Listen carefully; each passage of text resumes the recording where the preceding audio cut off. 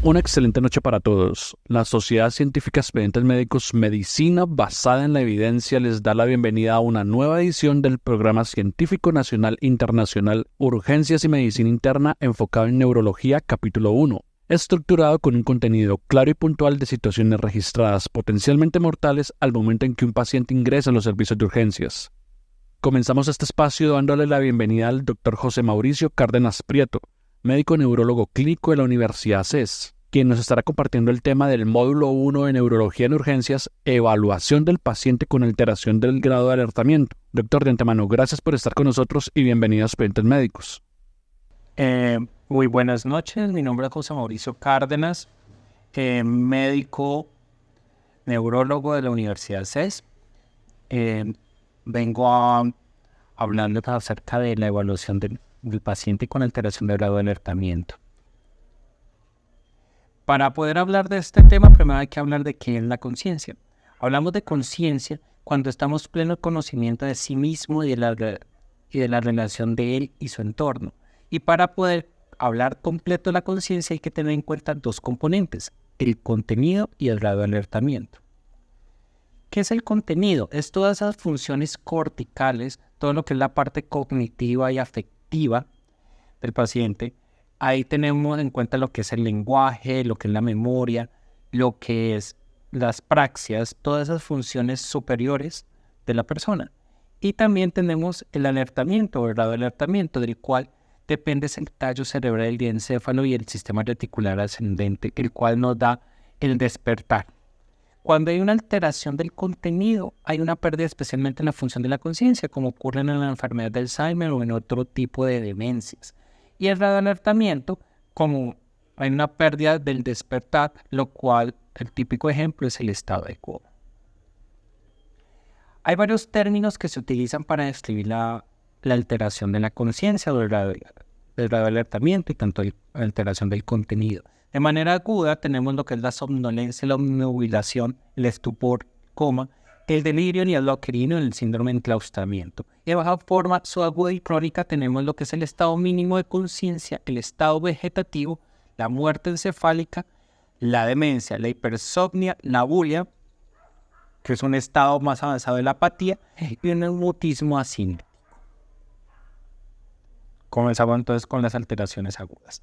Las alteraciones agudas, hablamos que el paciente primero, que es lo normal, el paciente está alerta cuando tiene los ojos abiertos y interactúa con el medio y tiene conciencia de sí mismo. Entonces, cuando hablamos de un paciente que está somnoliento o, como en algunos libros lo llaman como ennublamiento de la conciencia, es una mínima reducción del alertamiento, el cual simplemente el paciente está dormido, se despierta, logra interactuar, usualmente un poco desorientado, se irrita fácilmente y vuelve y se queda dormido. Durante ese tiempo el paciente suele estar inatento. Ya lo que es un nublado, que literalmente significa mentalmente embotado, letárgico, es una leve a moderada reducción del alertamiento con pérdida del interés del medio. Fácilmente, aunque se despierta, fácilmente se vuelven a quedar dormidos y es una respuesta más lenta a los estímulos externos. Y seguimos que el estupor, que ya es un sueño profundo y no tiene respuesta, por lo general requiere para ser despertado que abra los ojos un estímulo vigoroso y continuo, el cual cuando desaparece vuelve y se queda dormida. Y ya un grado mayor, que sería el coma, el estado de coma, que es un estado sin respuesta, el cual mantiene al paciente los ojos cerrados sin despertar y responder adecuadamente a un estímulo vigoroso. Puede a veces hacer gestos, pero no localiza, no hay retiro. Estos pacientes pueden tener, uno lo puede clasificar en un coma reactivo y reactivo. Coma reactivo es cuando ante el estímulo doloroso puede haber cambios en los signos vitales, como aumento de la frecuencia cardíaca, cambio del patrón respiratorio, y el reactivo es cuando definitivamente no hay respuesta en absoluto, ni siquiera síntoma de la parte autonómica. De otra forma tenemos el delirio. El delirio es un estado mental anormal caracterizado por la alteración de la percepción de estímulos, frecuentemente con alucinaciones vividas, hay unos criterios los cuales ya han sido establecidos por el DSM-5 o podemos hacer también el diagnóstico por medio del CAMT, especialmente en UCI, en el cual vemos un paciente que ha tenido una alteración en su estado mental de manera aguda, con fluctuación en el curso. Típicamente están inatentos, hay un pensamiento desorganizado y la alteración del nivel de conciencia va a estar alterado. Puede estar hiperactivo, irritable, en ocasiones agresivo o hipoactivo, o en muchas ocasiones fluctuar entre los dos, lo que uno considera un delirio mixto. En lo que IN síndrome o enclaustramiento es un estado en el cual hay una lesión tegmentaria protuberancial en la cual podemos encontrar una parálisis de las 4 extremidades y de pares craneanos bajos. Se conservan especialmente en los movimientos oculares verticales y el parpadeo. Traigo aquí la imagen de un libro, La escafandra y la mariposa. Es un libro respecto a un paciente que estaba enclaustrado y él dictó el libro con el parpadeo, el cual es un muy buen libro, es duro por el estado. También, como todo libro, si no nos gusta leer mucho, está la película en la cual ahí está la imagen. Ya respecto a la alteración subaguda o crónica, tenemos primero es el estado mínimo de conciencia, que es un estado crónico, ya ha pasado más de unos 30 días. Es una evidente limitación, pero clara limitación en la interacción, pero hay momentos en los que parece que hubiera una cierta interacción con el medio. Estos pacientes tienen ciclos sueño y vigilia, y en ocasiones hacen gestos o puede haber respuestas las cuales no son constantes, y eso en el que el familiar dice, ay, está despertando, está mejorando, y luego va el médico y realmente no responde en ese momento. Eso es el caso de estado mínimo de conciencia. Ya un estado más severo, que es el estado vegetativo, lo que antes le llamaban como vigil, es un completo desconocimiento de sí mismo y su alrededor. Conserva el ciclo sueño y vigilia, tiene los ojos abiertos, pero no hay respuesta. Tanto las funciones del hipotálamo y autonómicas del tallo están conservadas, y para llegar a este diagnóstico se debe esperar al menos 30 días para poder tomar la decisión. Ya respecto a la demencia, que es un declive cognitivo duradero, progresivo, hay muchos tipos de demencia. En el DSM-5, esta palabra demencia la han cambiado por un trastorno cognitivo mayor, en el cual hay unas alteraciones en las funciones cognitivas que puede comprometer uno o más dominios, pero lo más importante es que hay un declive significativo comparado con el previo, o sea que hay una pérdida de las funciones que es adquirida, diferente a discapacidad cognitiva o retardo mental, el cual viene desde el nacimiento, y estas dificultades han interferido con la autonomía en las actividades cotidianas para considerarse demencia o trastorno cognitivo mayor. Típico ejemplo, la enfermedad de Alzheimer, la demencia vascular, entre otras. La hipersomnia, que es ese sueño excesivo aparentemente normal, que fácilmente uno se queda dormido, se despierta fácilmente cuando es estimulado, pero si no hay estímulo, se vuelve a quedar dormido. La conciencia puede estar nublada al despertar, un poco confuso, hablar desorientado o hablar lento, pero luego se vuelve a quedar dormido. Las funciones cognitivas suelen ser normales y cuando se hace un electroencefalograma hay un sueño normal. Por lo general sale de funciones hipotalámicas, una hipersomnia central o lo más conocido, la narcolepsia, entre otras, o por medicamentos. La abulia o la falta de voluntad es un estado de apatía con respuesta lenta. No hay iniciativa en la conversación, en la actividad motora. Estos son los casos en que el paciente, y pasa mucho en las demencias, está quieto y si no hay estímulo, si no se le ofrece comida, no va a comer. Si no se le dice qué hay que hacer, tampoco puede orinarse, puede defecarse, no le importa, no avisa que tiene ganas. Pero cuando hay una buena estimulación y constante pueden haber unas funciones cognitivas normales, está totalmente alerta. Esto se puede ver con lesiones frontales bilaterales, como lo mencioné en la demencia, y un estado más severo, que es lo que vamos a ver a continuación, que es el mutismo aquinético. El mutismo aquinético, mutismo acinético es una inmovilidad silenciosa. El paciente está alerta con ciclo sueño-vigilia conservado y hay una ausencia de la actividad motora evolutiva. Se da especialmente por lesiones frontales mediales, bilateral o lesiones hipotalámicos, aunque en algunas enfermedades psiquiátricas también se puede ver o como se ve en la catatonía, la cual puede ser psiquiátrica, pero también puede ser causada por algunas enfermedades orgánicas, como algunas enfermedades autoinmunes. Entonces tenemos ahí los tipos, cómo podemos clasificar la alteración del grado de alertamiento. Entonces cuando hablamos del grado de alertamiento, de la alteración del grado de conciencia, cuando vamos a evaluar comenzamos por el paciente que está alerta, somnolencia, obnubilación, estupor y coma. Como dijimos, alerta es el que tiene los ojos abiertos y al final lo más severo, el estado de coma. ¿Cómo podemos evaluar? Hay varias escalas, hay unas simples que es cómo está el paciente. APU, que sería la A de alerta orientado, la P de responde a la voz, la P de pain, que responde al dolor o sin respuesta. Hay una cosa importante en estas escalas, es que uno tiene que hacer el estímulo decreciendo, increciendo. Primero, hacer el estímulo más leve, el llamado por su nombre. Si ya no responde al llamado, al nombre, ya se podría hacer un estímulo doloroso. Y si ya no hay respuesta al estímulo doloroso, un estímulo doloroso más vigoroso. En ocasión, alerta es la apertura ocular de manera espontánea. ¿Listo? Y el ACDU, que sería alerta orientado, confundido, somnoliento o sin respuesta. Ya de una forma más objetiva y más clara tenemos la escala de Glasgow. Hay que tener en cuenta que la escala de Glasgow se hizo para pacientes con trauma, pero se ha extrapolado para otras patologías. Evalúa 3 puntos: la respuesta ocular, la respuesta motora y la respuesta verbal.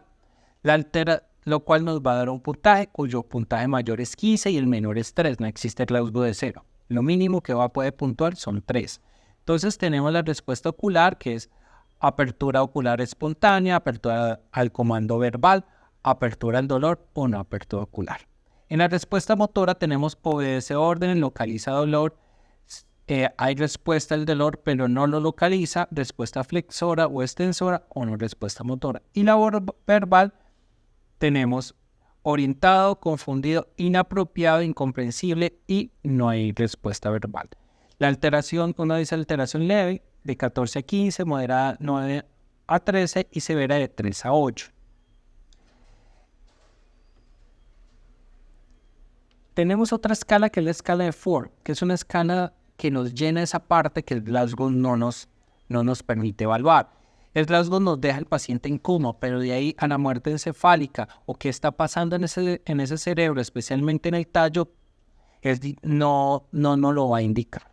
Entonces tenemos la escala de Ford, que es una escala que se utiliza en UCI, la cual es desarrollada por la Clínica de Mayo, validada en el 2005, está validada en español y evalúa 4 componentes: una respuesta ocular, la respuesta motora, reflejos de tallo y la respiración.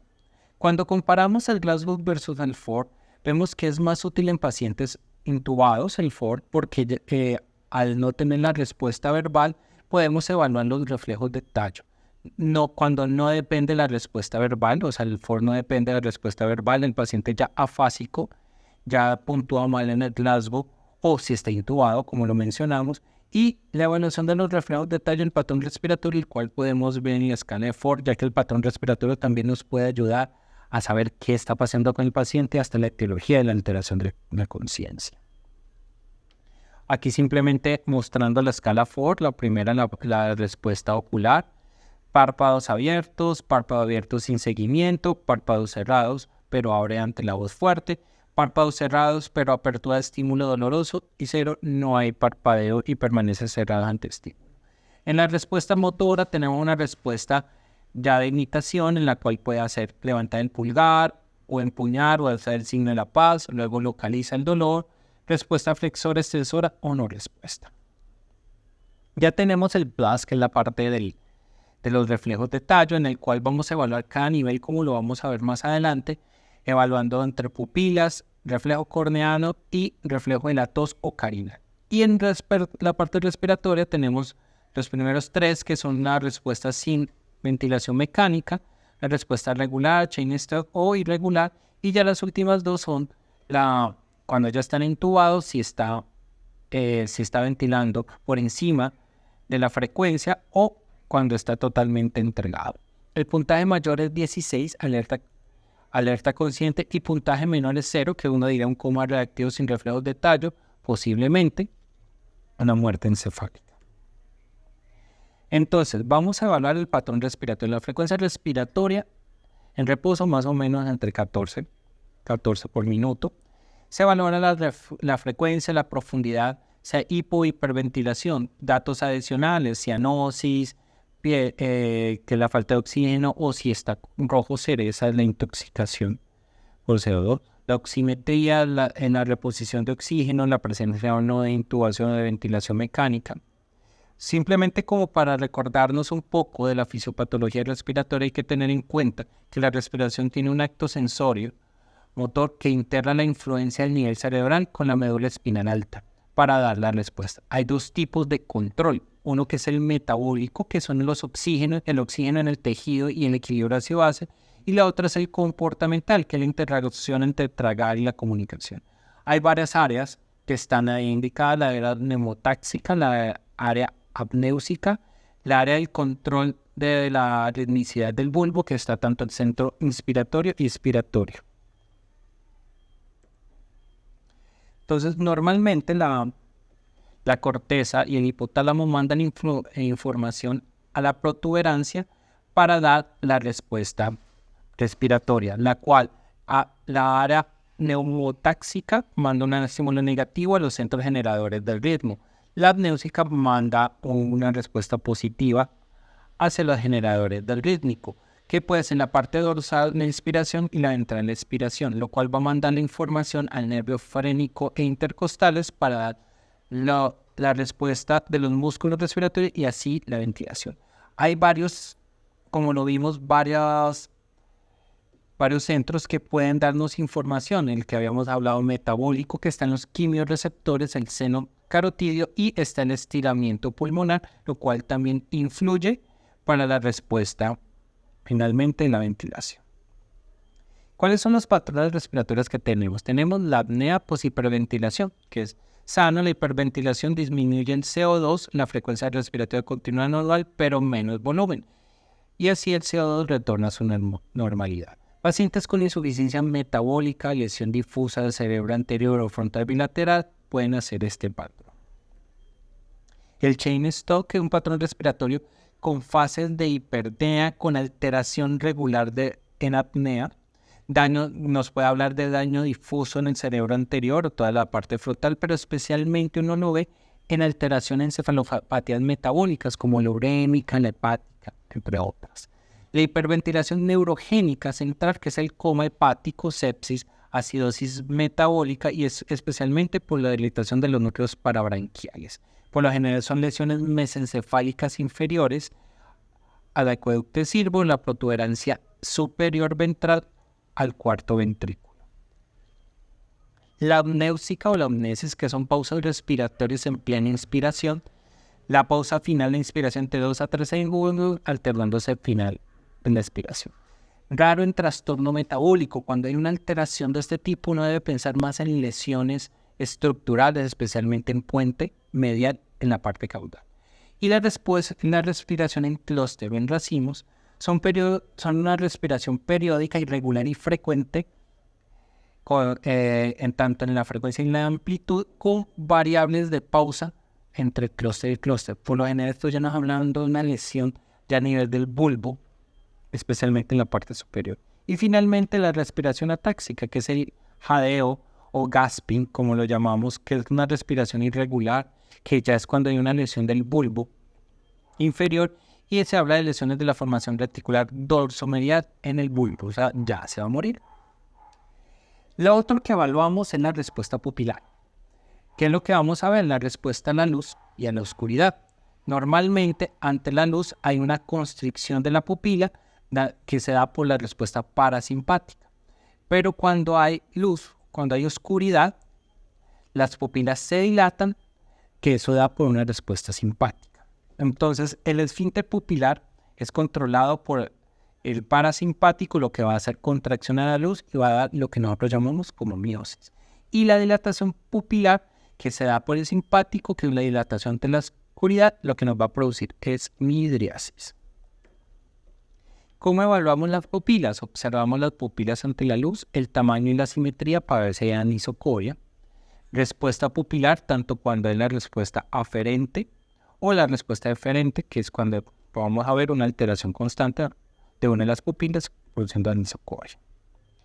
Las pupilas tienen un valor localizador. Nos puede, dependiendo de la alteración, nos puede dar información de dónde está la lesión, pero también nos puede dar la indicación o sospecha de cuál es la etiología, por ejemplo, en intoxicaciones, pupilas puntiformes como ocurre en los opiáceos, que nos puede decir, aquí está la alteración. Podemos encontrar en las pupilas por alteración del tercer par una pupila midriática fija que se da especialmente por compresión o energización, un CAI.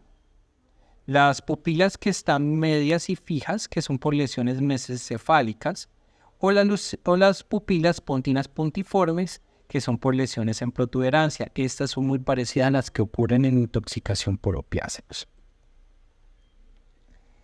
Después de evaluar la pupila, vamos a evaluar los movimientos oculares. Para eso tenemos que evaluar el fascículo longitudinal medial, el cual se encuentra en la protuberancia.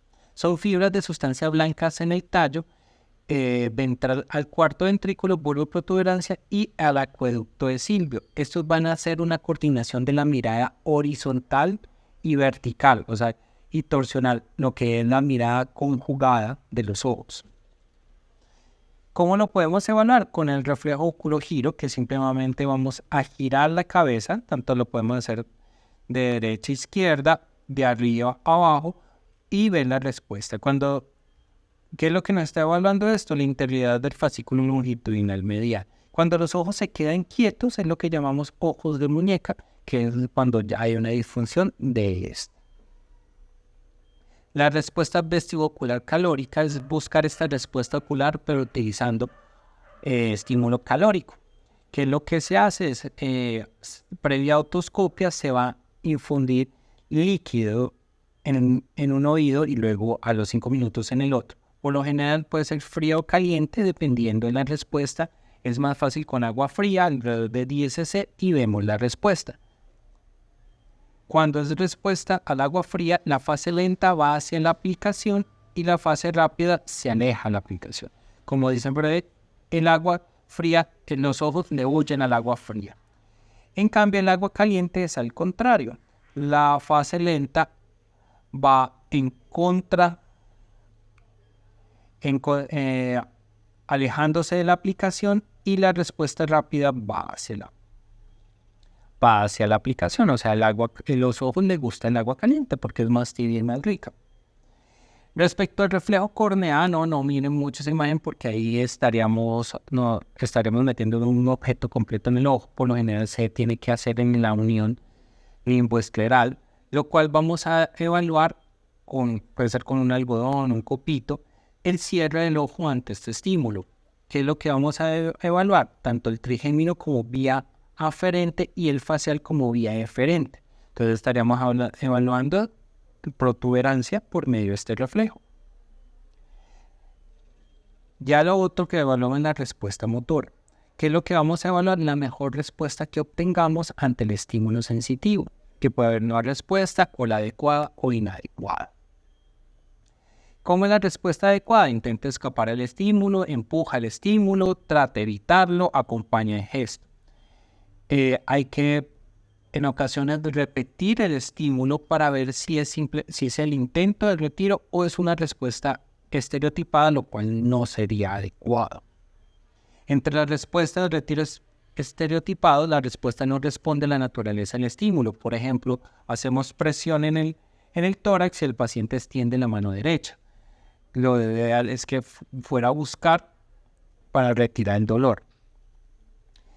Hay que mirar si es simétrica o asimétrica. Si solamente moviliza un lado del cuerpo, nos puede estar indicando que hay un déficit motor del otro lado, o que no hay o la ausencia de retiro bilateral, que es un deterioro ya motor bilateral, que puede estar ya la alteración a nivel de protuberancia. Pero hay unos patrones posturales, que son posturas estereotipadas, que cada vez que las hacemos es igual, de tronco y extremidades, en el cual vamos a ver la rigidez de decorticación y la rigidez de descerebración. La rigidez de decorticación son lesiones que ocurren entre el mesencéfalo rostral hasta la cerebro anterior. ¿Y qué es lo que vamos a ver? La flexión de los miembros superiores y la extensión de miembros inferiores. Y la rigidez de descerebración, que es lo que vemos acá, son lesiones ya a nivel de la protuberancia, en lo cual se ve una postura de extensión de tanto los miembros superiores e inferiores.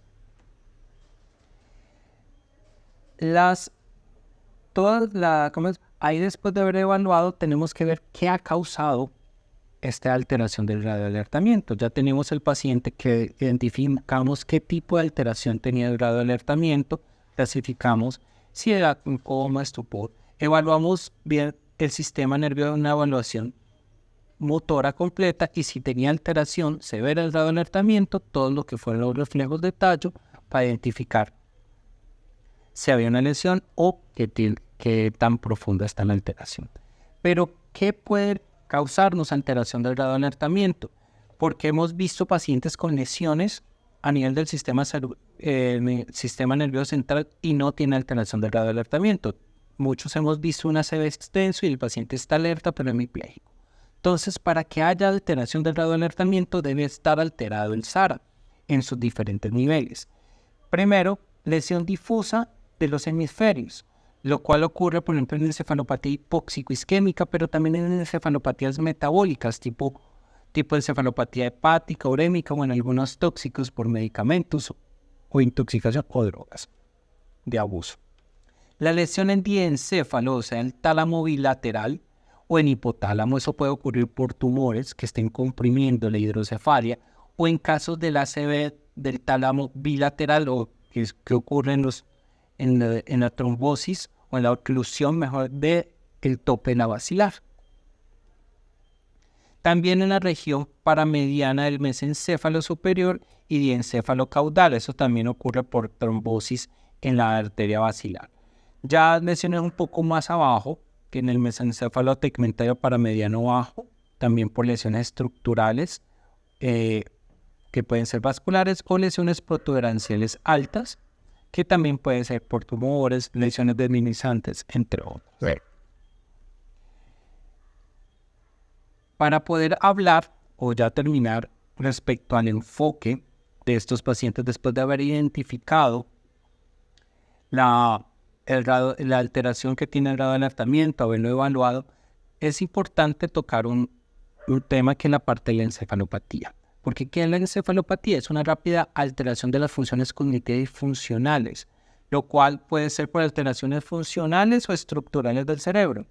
También se le ha dado otros nombres, como el estado confusional agudo, el delirium, el síndrome mental orgánico o la falla cerebral, entre otros.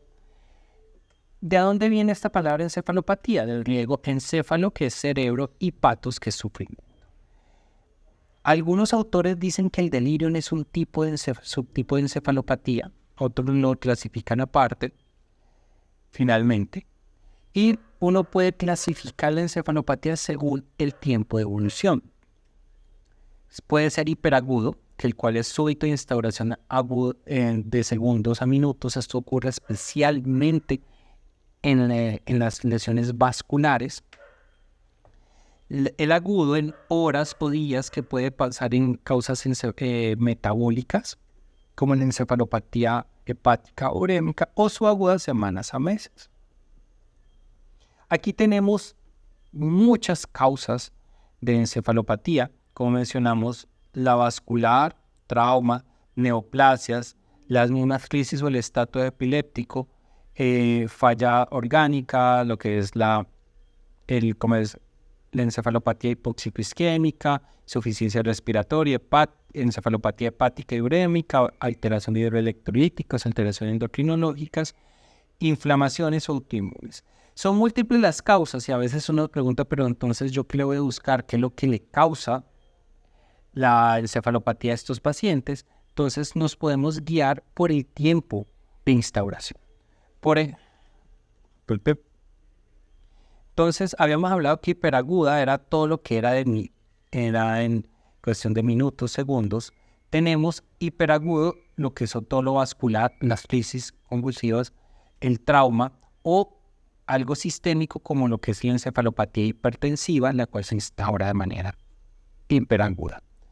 Agudo también tenemos algunas alteraciones vasculares, tenemos algunas inflamatorias como inflamatorias infecciosas como las encefalitis, especialmente encefalitis virales como lo ocurre en la encefalitis herpética, o algo inflamatorio autoinmune tipo una encefalopatía desminimizante aguda e infecciones sistémicas como ocurre en la sepsis, que hay una encefalopatía séptica. Ya subagudas y crónicas, entre aguda y subaguda está toda la parte tóxico-metabólico relacionado con drogas, la parte psiquiátrica, puede instaurarse agudo o ser un poco más subagudo. Entonces subagudo tenemos el hematoma subdural, que puede ser tanto agudo como subagudo, pero como dicen por ahí, el dicho viejito pero tardado, hematoma subdural asegurado. Eso es algo que no debemos olvidarnos. Las neoplasias que sean neoplasias del sistema nervioso central o síndromes paraneoplásicos, que son de entidad autoinmune, que son tumores que están fuera del sistema nervioso central, pero por una respuesta autoinmune producen procesos inflamatorios a nivel del cerebro. Otras inflamaciones e infecciones, pero ya un poco más crónicas. Aquí en Colombia no nos podemos olvidar de la tuberculosis y de todas las infecciones secundarias al VIH, acordarnos de otras infecciones por hongos como lo es la histoplasmosis, los que viven cerca del Cauca, los cuales tienen contacto con cuevas donde hay murciélagos, o la triptococosis, que la tenemos muy metida como si fuera asociada a VIH, pero hay un tipo de triptococo, el cual también puede haber inmunocompetentes. Otras enfermedades crónicas, endocrinopatías, autoinmunes, falla cardíaca, entre otras. Y de manera crónica, si ellas son enfermedades más neurodegenerativas, aquí ponen una que es la hidrocefalia de presión normal, que es la que está compuesta por la tríada de Hacking. La tríada de Hacking, la cual es apraxia de la marcha, incontinencia y deterioro cognitivo. Y otras infecciones más crónicas, entre las cuales tenemos la neurosífilis. Listo. Entonces hablamos de cuáles eran las alteraciones del grado de alertamiento, las agudas y las crónicas, si podemos evaluar el paciente, hacemos una evaluación completa neurológica, si no, tenemos la forma de evaluar todos los reflejos de tallo, las pupilas y todas las otras respuestas que nos puede decir cómo está a nivel encefálico. Vimos que estas alteraciones pueden ser tanto estructurales como sistémicas y vimos que hay muchas causas. Entonces, ¿cómo vamos a enfocar? Vamos a hablar de la alteración aguda. La alteración aguda del estado de conciencia. Entonces, primero, lo que se tiene que hacer es, pues, mirar que el ABC, mirar la vía respiratoria, circulación. Y de ahí entrar a evaluar, hacer una evaluación neurológica completa. Ahí es que va la pregunta, pero si no despierta, entonces ahí sí. Tenemos si se puede evaluar, o sea, se puede despertar, es alertable y se puede evaluar y no hay déficit, ahí sí vamos a considerar si es delirium, algo más metabólico o sistémico. Pero si está alertable y tiene una focalidad neurológica, lo primero que tenemos que buscar es una lesión a nivel del sistema nervioso central. Entonces, antes de todos los estudios metabólicos debemos solicitar una imagen.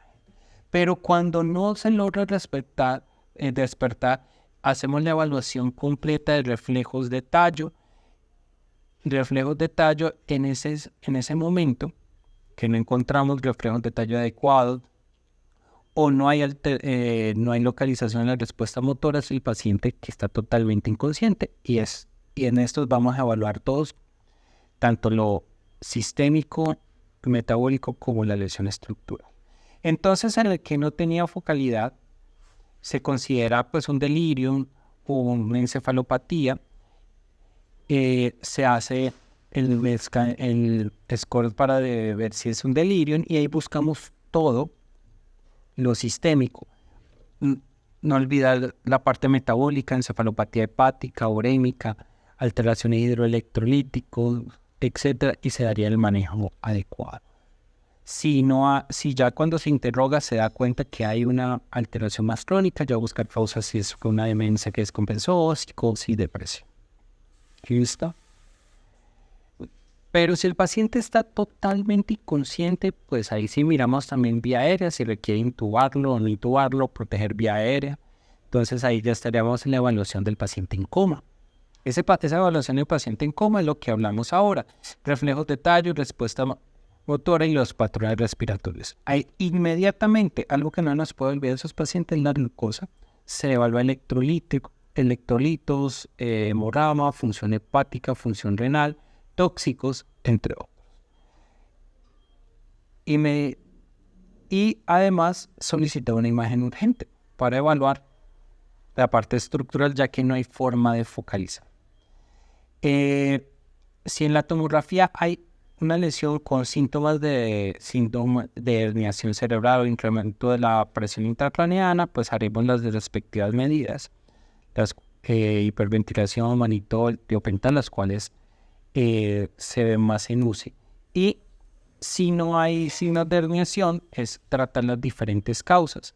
Si hay una hipoglicemia, dar un bolito de glucosa, pero previo con tiamina, porque no sabemos si tiene déficit y sea uno de estos pacientes malnutridos o alcohólicos. Si sospechamos que ese es el manejo, acá no hay norazepam endovenoso, se puede utilizar midazolam. Si sospecha de sobredosis de opiáceos, la naloxona, benzodiazepina, el fumacenil o deferente, si hay intoxicación o algo, hace los diferentes tratamientos. Si persiste, no se sabe qué es, se debe considerar resonancia magnética, punción lumbar, electroencefalograma, entre otras, dependiendo de la clínica del paciente. Listo. Entonces, ya para terminar, los mensajes para llevar a la casa. Recuerda que la conciencia está compuesta por el grado de alertamiento del contenido, o sea que para que una persona esté inconsciente, tiene que haber alteración del grado de alertamiento y del contenido, y tenemos que evaluar ambos. Para hablar que el paciente está consciente, se debió haber evaluado tanto el grado de alertamiento y el contenido, o sea, las funciones cognitivas. El coma no es lo mismo que estado vegetativo, porque como antes se le llamaba coma vigila el estado vegetativo, pero el coma es un estado agudo y el estado vegetativo, como le dijimos, es un estado ya crónico, por lo cual para dar este diagnóstico se necesita tiempo, mínimo unos 30 días. La adecuada evaluación del paciente ayuda a la selección adecuada de paraclínicos. La escala Ford ayuda a una mejor evaluación del paciente en estado de coma, más que el Glasgow. La alteración del grado de alertamiento leve, sin focalización, primero causas metabólicas tóxicas y sistémicas. La alteración del grado de alertamiento leve con focalización, primero lesiones estructurales. O sea, ese paciente más rápido va para una imagen. Y si la alteración es severa del grado de alertamiento, o sea, tírenle a todo. Busque tanto tóxico, metabólico y estructural en el mismo momento. ¿Listo? Muchas gracias.